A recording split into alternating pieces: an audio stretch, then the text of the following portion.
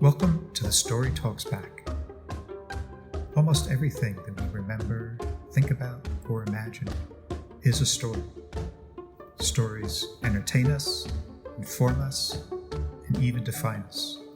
They have upsides, and they have downsides. This podcast explores the power of story in every aspect of our lives. I'm Dave Stanton. Thank you for joining us.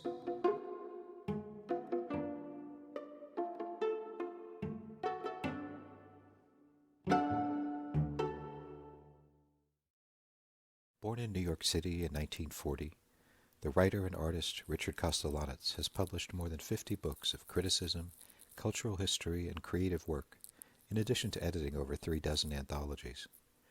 Relentlessly experimental and productive, Kostelanetz is a force of one in the New York City avant-garde scene, creating visual poetry, audiotapographies, foreshortenings, kinetic writings, and works in dozens of other obscure, fascinating, and sometimes self-created genres. His more conventional works include a 700-page dictionary of the avant-gardes, an intimate history of the Soho, New York art scene, and rich anthologies by or about John Cage, E. Cummings, Philip Glass, Virgil Thomson, and other writers and composers. Kostelanetz has received fellowships from the Guggenheim Foundation, the Fund for Investigative Journalism, the Pulitzer Foundation, and others. Dubbed the Bibliomaniac of Ridgewood by the New York Times, Kostelanetz lives in a converted factory building in Queens that he calls Wordship, surrounded by over 25,000 books, hundreds of videotapes, and his own artwork. He opens a section of his home as a bookshop on the last Sunday of each month. At the beginning of our interview, Kostelanetz continues an earlier train of thought about an artist who interests him. He also speaks to his assistant, Andrew Morinelli, at several points in our conversation. Can I talk? Yep. One of the more interesting correspondences I had recently was with a novelist named Lucy Ferris, Ferriss. She's published some fiction with commercial publishing, and not unlike most other writers who publish with commercial publishing, they get dropped, and she was dropped. But she has an uncle named Hugh Ferriss, Hugh. I never pronounced the word correctly, who did the most extraordinary collection of architectural drawings. They're legendary. Dover republished them as books. They're published as books and then republished as books. Architecture students all know them. And I told them I wanted to I was interested in these as fictions, and she didn't get it. That they were imaginary worlds. In which buildings, he imagined buildings and worlds within the imaginary buildings. That to me is a fiction. And she simply didn't get it. That's all I can tell you. Enough of that. I see that Martin Vaughan James, who was a great visual fiction writer, is finally being reprinted in the US by New York Review of Books. Listen, I wanted to... The visual fiction and visual stories interest me enormously. Obviously, the common form is comic books. But it's also possible to tell a visual story entirely with pictures, and pictures without words, of which the great historical example was Masereel, Masereel, a Belgian writer who had some influence in America through Lynd Ward, Lynd Ward, and some other visual fictioners as well. Do you have anybody in your past or your childhood who you felt was a storyteller, or stories that influenced you? That's an interesting question that I haven't really thought about. You know, often when you do this, somebody has an answer he's already given before, and then you ask a question for an answer he hasn't given before. So this one I have to think about for a moment. I was not much of a fiction reader as much as a history reader for much of my life, although the question is whether histories are stories as well is interesting. Somehow the story I remember best from high school, when I was not much of a reader in high school, but unlike what I became in college, was Jean-Paul Sartre's The Wall. And I'm not quite sure why I remember that one so well, but I certainly do. Was there anyone in your family or around you who was a storyteller, you felt? Or that influenced you? I suppose my grandfather's second brother, but I only saw him once a year in the 50s, No, I did not grow up among storytellers. To my recollection, I certainly remember liking Gene Shepherd a lot when I was growing up in the 50s. I'm 81 years old now, I better tell you. So Right. therefore, I remember 50s radio, and Gene Shepherd was certainly someone I listened to a lot. He was a great storyteller. As for fiction, I'm not quite sure. I was there. Also, I grew up in one of these suburban neighborhoods where everything was zoned out. So I never went to movies. You couldn't get to movies. It was too hard to get to. And I remember when Elizabeth Taylor died, I had to tell everybody, I don't think I ever saw an Elizabeth Taylor movie in my life. I have no idea what she looks like. I mean, sort of vaguely what she looks like, but it's not part of my experience of going to Hollywood movies. And even then, I don't go to Hollywood movies nowadays. So that So kind of how, story doesn't interest me. And I do generally have a problem in following plot. And I don't know why that's true, but I do, and it's not gotten better. so I've tell read me a more lot of about that. What does that feel like? What happens when you have to I try get and keep lost. track of If I'm with somebody, I have to ask them, especially in a movie, although I don't do that very often. I have to ask them what I missed or what connection I missed. It's most peculiar. I don't understand that one. So how did your interest in words and books evolve? Well, I grew up in a house in which there was no lamp next to any chair. If that tells you anything, because my mother, who was a bit of a controller, didn't read, and my father would work in the city, would on weekends take the New York Times and put it on the floor, because that's the only place he could get enough light to read by. I wish I were joking, but I'm not. Then I got to college and started to learn to read and read a lot, and still read a lot. But as for story as such, I'm not turned on. But as I said, I'm very turned on by alternative forms of story, and especially visual narrative. I've tried to do a couple of them myself, maybe not as successfully as others have, but of just picture to tell a story. I have an abstract narrative of abstract shapes. That was pioneered by Lozitsky, of course, in the 1920s, nearly a century ago now. And I've never written a novel. I don't understand how a novel's written. I gather how you keep track of all those people is beyond my capability, imagination even. I've never been close to a novelist either.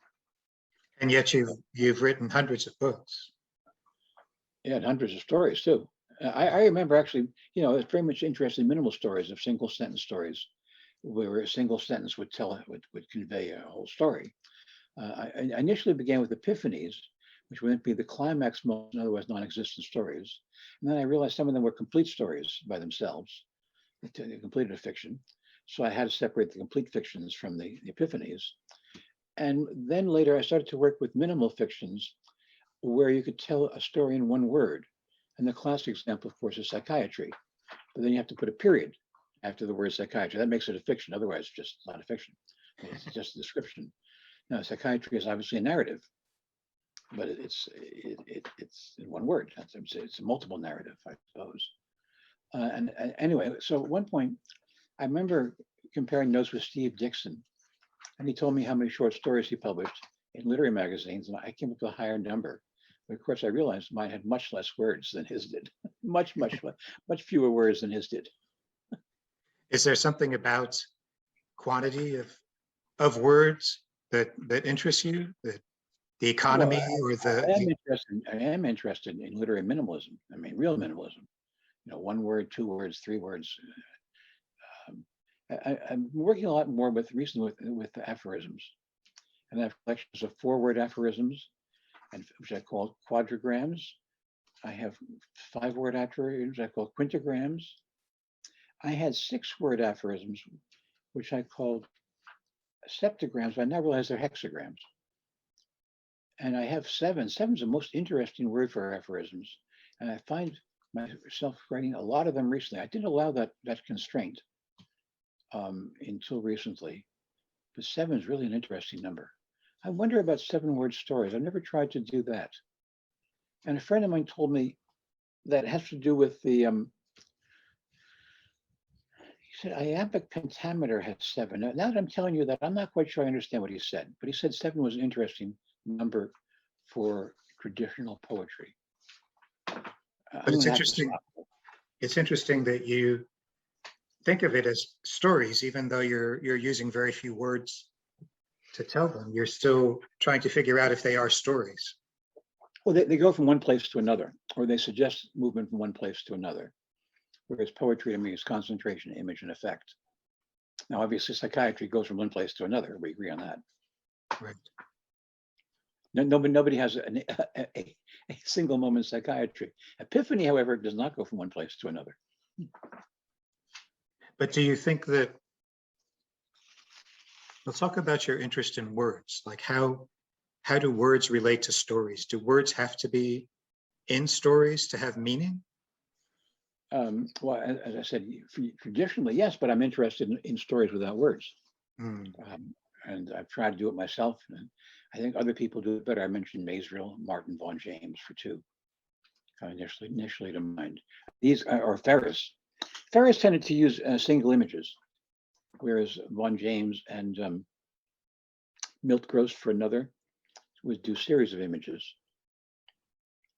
As for words, I mean, words is my words is my medium. My house is called Wordship, right? And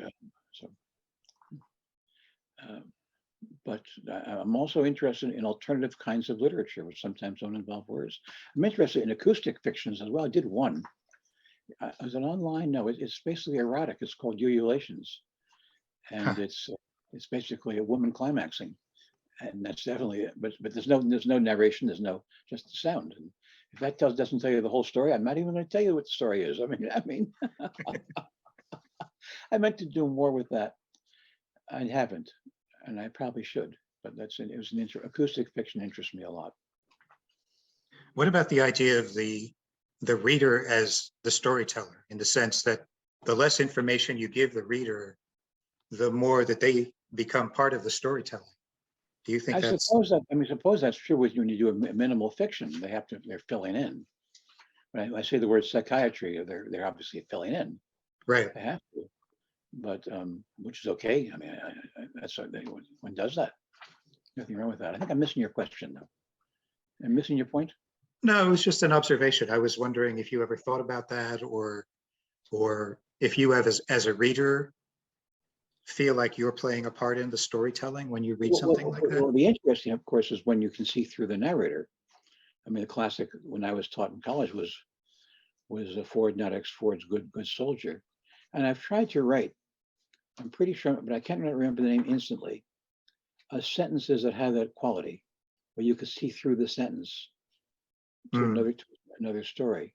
And now that I'm telling you that, I'm wondering if I ever completed that project. I can't remember its name, but it's a phenomenon. It's a literary phenomenon that really interests me, and it depends upon the reinterpretative capacities of the reader. I always think of a higher reading as reinterpretation. Especially if you can see through something and see what's going on. And who are the people who, in terms of their use of words or their approach to words, really inspired you the most, or continue to inspire you?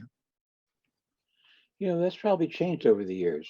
I always mention John Cage, who I think was a great writer. Right. In addition to doing in addition to working some other arts, I just come across things now and then. Certainly Ramon Gómez de la Serna, the Spanish writer for single sentence stories, which he called Guggenheim. They verge. His things are interesting because they verge on being aphorisms, but pseudo aphorisms. At the same time, some of them are stories. But he made a lifetime of single sentence things. And mind you, I've tried to translate them with some success, but that's Ramon Gómez de la Serna, commonly called Ramon among Spanish readers. Who else?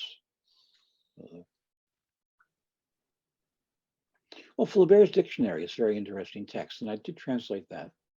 It's meant to be a satire on bourgeois language. I think it is some of the time, it isn't some of the time. And that has to do with careful reading. And you wonder as you read it whether whether Flaubert was joking or not. And that's part of the great thrill of reading that text. Speaking of which, if I can digress for a second, ever Sure. read the Melvin Tolson? Do you know about him? No. He was also a black writer who there's a protagonist of that movie of the black college with the debate team. Andrew, what's the name of that movie? Finding Forrester. Say again? Are you thinking of Finding Forrester? No. Black college with the debate team that goes against Harvard and has his coach. What's his name? McFarlane knew it very well. Doesn't matter. Anyway, Tolson wrote this great epic called The Harlem Gallery. It's written in very in traditional English forms, and it's very much about strange people. I think it's funny, but let me tell you, we read most people talking about Tolson. They're not getting the joke. I don't know what to say about that. And I was in correspondence with somebody recently about whether Tolson was joking or not, or satirical or not. And beginning with form, he starts with being satirical about form. Right. End of digression. No problem. Stand by Me. Stand by Me. Stand by Me. Stand by Me. That's the name of the movie. Yeah, Ah, I never saw it. I thought that was based on a Stephen King story. No, there's two different movies of the same title. He says two different movies of the same title. My Okay. assistant here. He's a moviegoer. One of which is the very famous Stephen King book. One of which is- story. Okay. You're on. You guys agree. I'm out of this picture. What can I say?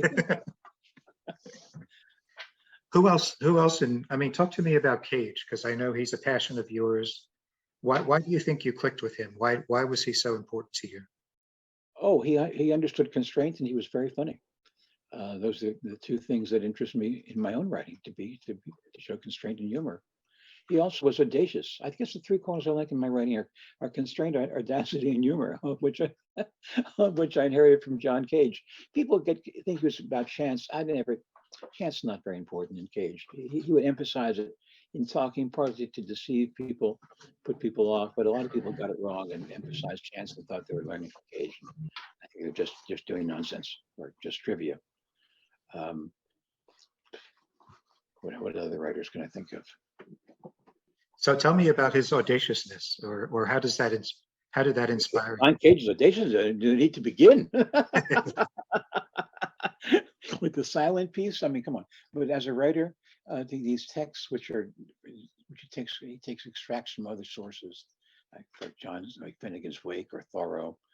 They're texts which I've done a little bit of, but not as much as he did. They're texts that are his thoughts on certain things strung together, called diary. Those go back to the late 1960s, which I read at the time, anthologized at the time. Still think they're great. Mm.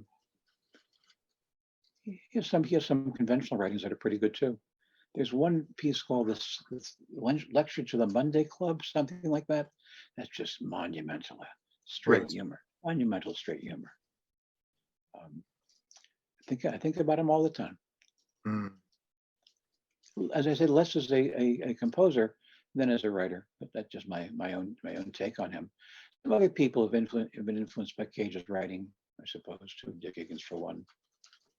But they get lost in this chance business, which really dead ends to or not very interesting. Name somebody else. James So Joyce. I'm also curious about your prolific nature. You know, the fact that how many projects do you think you typically have going at any one time? Well, at the moment, there's a lot for a certain reason, which I'll share with you for a second. Excuse me while I cough. I think one reason is that I usually can see the end of something when I begin it. Mm. And I like to get to the end. That's just one reason. Secondly, I work a lot. I mean, I work all the time, especially now that I'm become crippled and can't leave the house so easily. Mm. And I tend to let things go that maybe not as good as other things are, but as long as somebody might like it, that's the theory I have, especially now because I'm into using very much into self-publishing through Amazon. Mm. And my theory is always put something up if somebody might like it. And that's all. And my understanding of art is if somebody likes something, they tell somebody else. They tell somebody else, tell somebody else. Advertising tries to tell a lot of people, and then if it works, it works. If it doesn't work, back to zero. And what's new, exciting, and what I'm really doing now is I developed an on-demand imprint through Amazon, or through my Amazon self-publishing, where I'm reissuing a lot of classic texts that I think are avant-garde, that are not otherwise available, or are available in such expensive editions that I can put them on price on Amazon for $10, and somebody will see, boy, I'm glad this is here for $10, and maybe buy it. And I've issued a couple dozen books. This all began last summer. Huh. It's very exciting. This is your books or other people's books? No, other people's books. I've just today, I put on Turgenev's prose poems. And people who thought they read Turgenev don't know the prose poems, but they're wonderful. They exist. They were translated by Constance Garnett. I found them on the internet. I'm about to Abraham Lincoln Gillespie, who was one of Transition's great writers. I've also issued did a certain issue of Transition. I'm looking now at the books. They're over here, which we're working on right now, to the left of me. I put together William Carlos Williams' early books, all of which in public domain, to seven William Carlos Williams books in one volume. Wow. I've reissued the complete magazine of Blast, which is one of the great design, William Lewis's magazine. It's fantastic. Nobody else is doing it. And it's wonderful. And the idea now that I'm in my 80s is to do things that will survive. And those will survive. Do you feel like with this sort of independence in publishing that we're sort of in a golden age of publishing, or how do you feel that publishing has evolved as you've seen it? Certainly, I mean, my politics are anarchists, and I'm against gatekeepers to begin with, and this is just eliminates the gatekeepers. On the other hand, the gatekeepers tend to think they have more power through salesmen and through advertising, which they do. But books are eventually sold, but especially years afterwards, are sold from mouth to mouth. From one reader recommending to another. I'm in a lot of encyclopedias, like Alexandria Britannica, literary history is Merriam-Webster, American writers, things like that, without having the advantages of commercial publishing working for me. Well, how did that happen? Because somebody I don't know likes something a lot.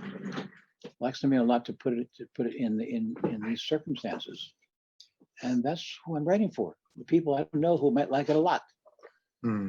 Making sense? Yeah. And that's self-publishing enables me to get this stuff out there, and people find it. We hope, and again, tell somebody else, and you know about it. So there, and maybe you're going to tell somebody else through your podcast. Which I'll show you later. Okay. Thank you. Do you ever think about marketing? No. Do you ever do anything that you would consider to be marketing? Only I have a last Sunday bookstore where I greet people and like to show things, or sometimes I can't find something. The last Sunday bookstore is it's on Facebook. I live next to the Halsey Street stop on the L train in New York City, and I'm there last Sunday of every month. So therefore, the 31st of this month, from noon to 5, doors open. Okay. Lots of books. And this is to get people to get absorbed in books? I mean, can they walk around and touch them? And yeah, I can touch them and look at them and maybe take them away. That's the only marketing I really do. I don't believe book advertising works very well. Maybe because I've never been a great beneficiary of it, I suppose. Maybe it does. I don't know. But it's never worked for me. Nor have agents worked for me, nor have publishers worked for me, really. I have a running gag, which is I have a list of all the publishers that dropped me. And I think they're the most dropped publisher ever in American literary writing. I mean, there must be a dozen publishers dropped me over the years, which means somebody at that publishing house wanted to work with me, right? But couldn't sell enough copies to get another thing going. So that's all. That's American. It's commercial publishing. what about your passion for books? I mean, books as objects. Do you think books as objects are interesting, or you think it's just what's inside? In the house here. What's that? You can't swing around and see this stuff. There's an article in the Times, New York Times Sunday section metropolitan section about 3.5 years ago called the Bibliomaniac of Ridgewood. Sort of describe things. But I also like to read. I have good eyesight. I can read all day. I love to take my book out in the sunshine all summer and read. And I have wonderful white marks on my body from where, because I read. The sun can't get to certain places on my body when I read out in the sunshine. But I love reading. I love reading. Always have. I'm sorry, always have since college. And do you think that books or writing is the best way for people to absorb stories? Or do you think that, well, no, you've talked about visual, right? You ask a good question. I certainly think books are the best repository of wisdom. As for stories, I don't know. I just, again, my feeling for Hollywood movies is so limited that I really can't deal with that question. I can't claim to represent other people. Hmm. Do you think stories are better Hollywood movies, Andrew? When done properly. When done properly, he says. He's a Stephen King reader, particularly. Ah, okay. I can't answer the question. What about audio? What about audio? Yeah, what about audio? What's that? Audio stories? Yeah, audio stories, radio. I certainly listen to a lot of radio. I listen to storytellers on radio, not much anymore. Is Joe Frank still doing his thing? I'm not quite sure. I remember liking it a lot on public radio. He would come out of Los Angeles, I suppose. Uh-huh. I don't do that much anymore. I certainly remember downloading from Audible as a sample Ralph Ellison's Invisible Man, but I've never really heard it. It's probably on my computer somewhere. I know people who drive cars, which I don't do, love to put stories on tapes and on their computer. I don't have a car. I suppose I could do it. I could do it for take the thing on the subway and play it. I just don't. Are you able to go anywhere now? Sorry? Are you able to go anywhere now, or are you really housebound? I've been several years ago. I was the diagnosis of mild neuropathy in the feet kicked in and became more severe neuropathy in the feet. So it's very hard for me to move more than a couple blocks. There's a subway outside my door. I can get into the subway. It's coming up the stairs at the very end. That's really difficult. I can go about 3 or 4 blocks. I get very exhausted. I don't have any pain. I just get exhausted. I start sweating. I sort of, just last month, I was having a doctor's appointment. I got slightly lost getting to the appointment. It was about, I set it up so when I realized it was close to the bus stop. And I come in sweating. And that's the symptom they go to work on. I tell them, no, it's not the symptom I'm here for. But they thought it was a symptom. Anyway, so it's very upsetting on one level. On the other hand, keeps me home making books. Right. So how many projects do you think you're working on right now? I don't count. Please don't count. 150. He says 150. He's working on some of them, but I have no idea. And they're things which obviously are on my computer and dormant, in some dormant form. And every once in a while, I would go to my hard disk and say, "Oh, that one! I never finished that one. Let's see if I can finish that one." And do or don't. But, do you feel like it's important for you creatively to be able to keep switching between projects, or do you really focus on something and then finish it? No, I can leave a project unfinished and come back to it later, or let it go. In the previous place, I had different working desks. I had an art desk and a writing desk, and that hasn't been true here. Though it's a much bigger place, and I'm not quite sure why. Well, I have an art desk. I actually made some art last night that I didn't use the art desk for. I can't tell you. How do you feel that New York has played into your tastes and your career, what you've chosen to do? Everything. Everything. My taste, my energy, my literacy. I've lived other places briefly, and don't want to do so. But I'm a New York writer. It's my home. I was born here. I love it here. Yeah. What about the whole art scene? I mean, I have your book, Artist Soho, which is a wonderful book. But obviously, the world of New York and the art scene has changed so much. How do you feel Well, about it today? Well, first of all, we're coming out of COVID, and the art scene just sort of disintegrated in COVID. I'm not even sure it's coming back, although I'm not as mobile as it used to be. I have to ask. I have a neighbor who cultivates more closely. And he sometimes brings me up to date, but I haven't been able to follow for obvious. But it's just certainly disintegrated. And also, those of us who have unstable incomes really got hurt badly. That means artists got hurt badly. And so no, I just get rid of cockroach here. Okay. What about over the last 30 years? How do you feel that if compared to the world of artist Soho, for example? Our artist Soho peaks, no doubt, in the 80s. Right.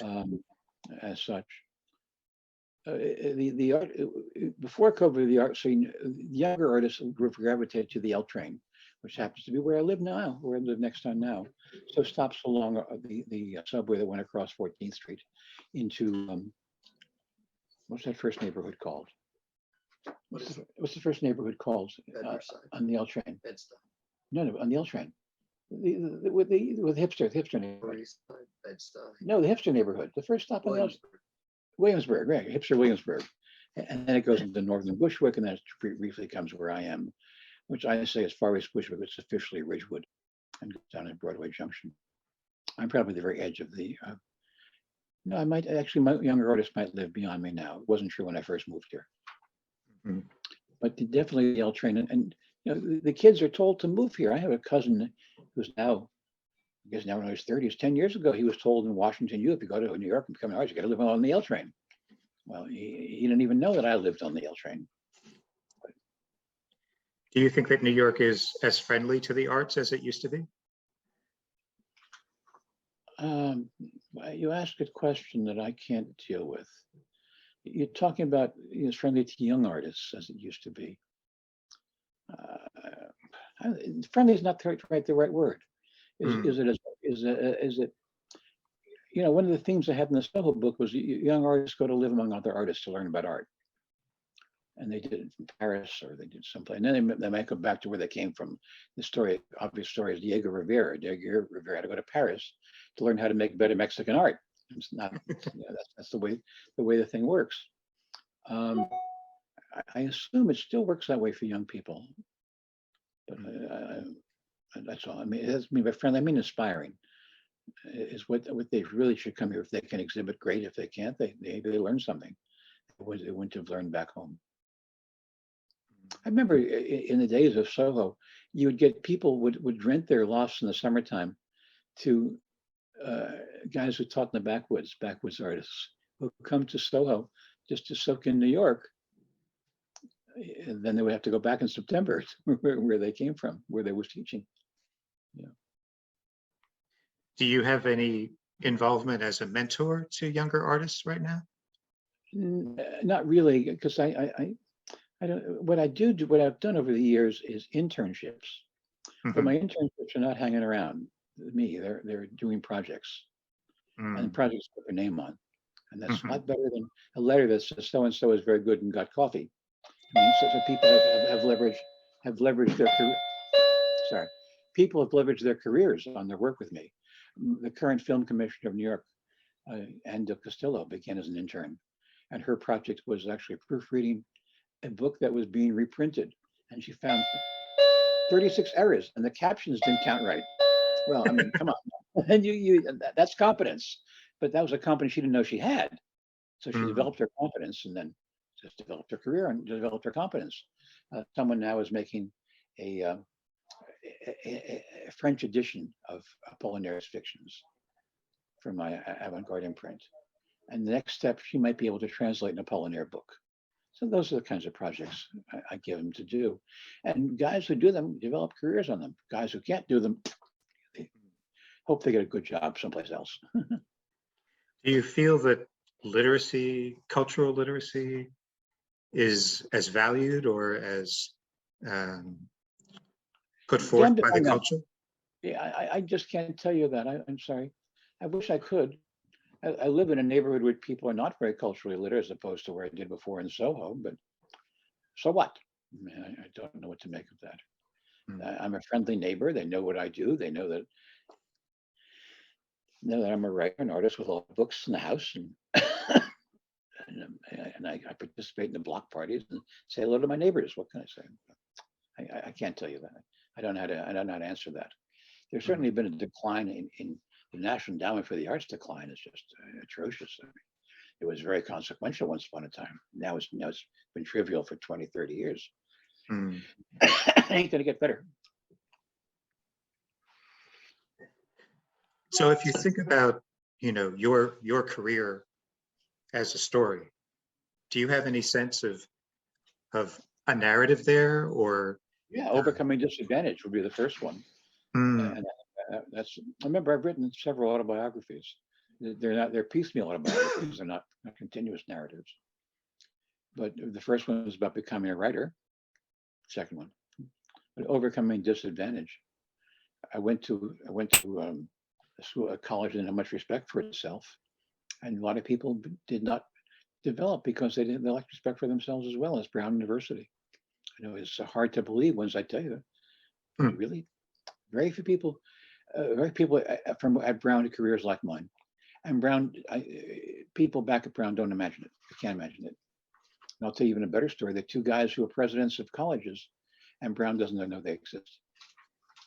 And one is president of a major world. Brown doesn't never acknowledge them in the alumni monthly. Let's stop about that one. I mean, but Brown was more disadvantageous than you would have guessed.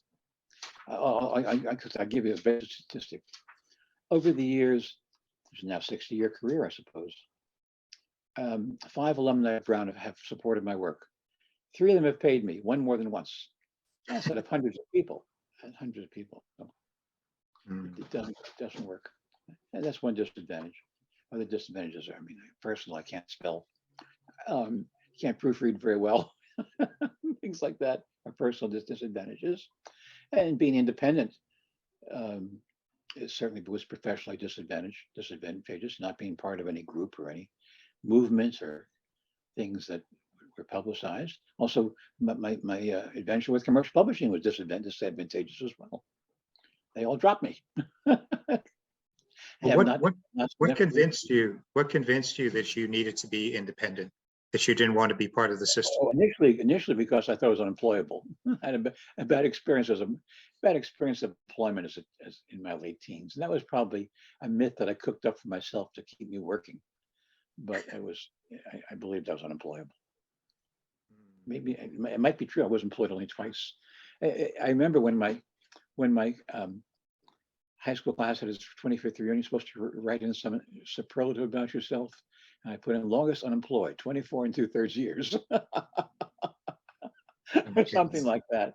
And I was obviously joking. But I mean, do you look at people who are caught up in the system and think, they don't have to do it that way?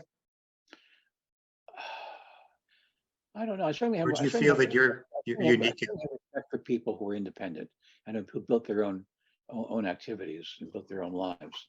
A lot of respect for people who did that. A lot of respect.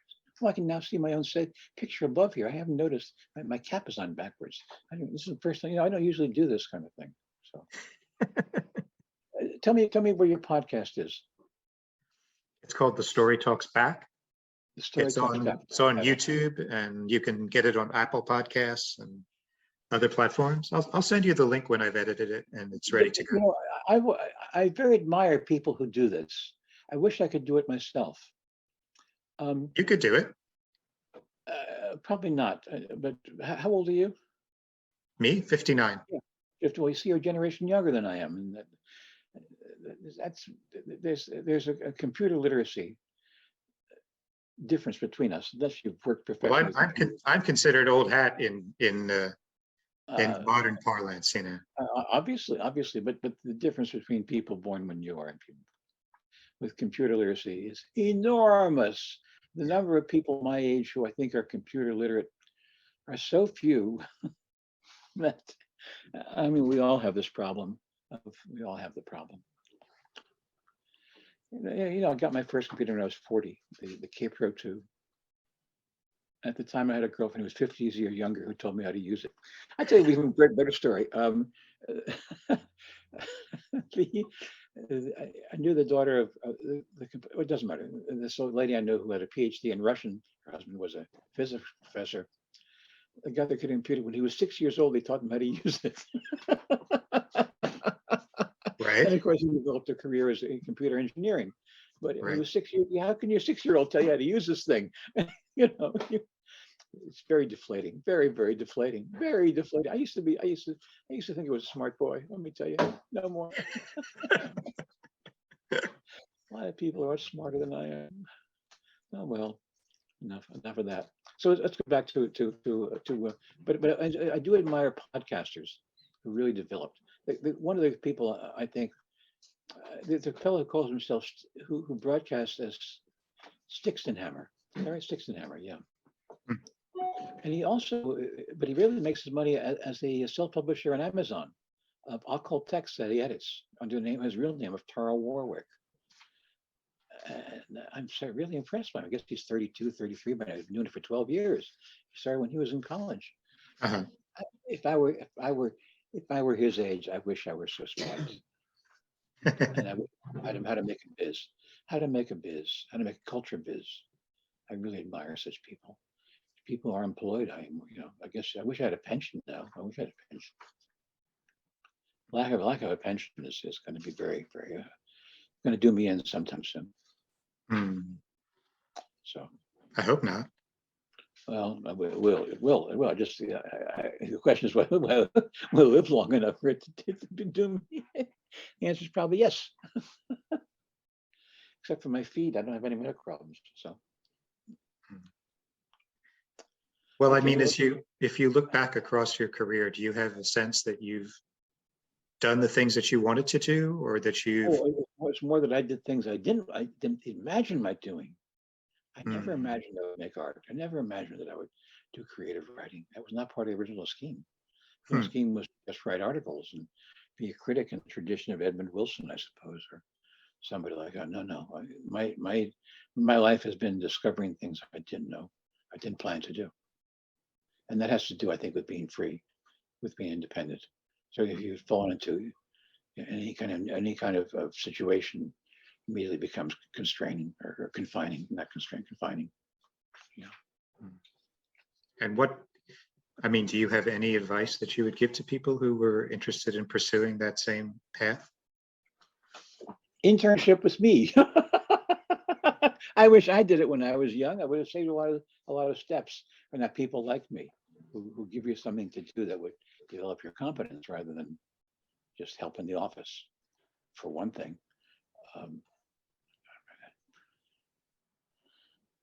I think another advice I give to people in general, especially in the arts, is to develop what's unique to yourself with your own eccentricity, whether it be, in my case, my memory, other case, just their insufficiency with language or something like that. Don't be ashamed of it. Develop it, work it, make it special to you. I don't have those kinds of students anymore. I do have. I do remember when I've taught, and I've taught a few times, and I've had, I think 15% of my students have published or exhibited, which is a very high percentage. Is the challenge was to do something that's unlike anything you or I've ever seen before.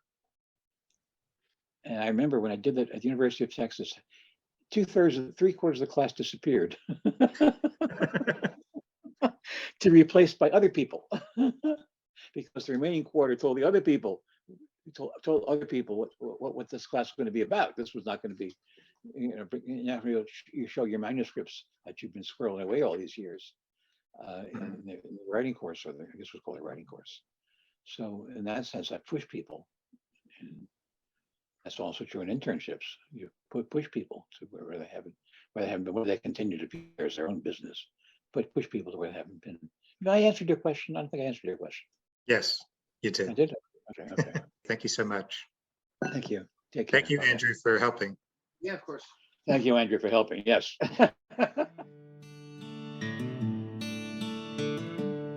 The Story Talks Back is produced and hosted by Dave Stanton. The music you're hearing now was written and performed by Christopher Daydream. The theme music at the beginning of our show is an excerpt from Play by Merlin Twelfhoven, performed by Kronos Quartet as part of their 50 for the Future series.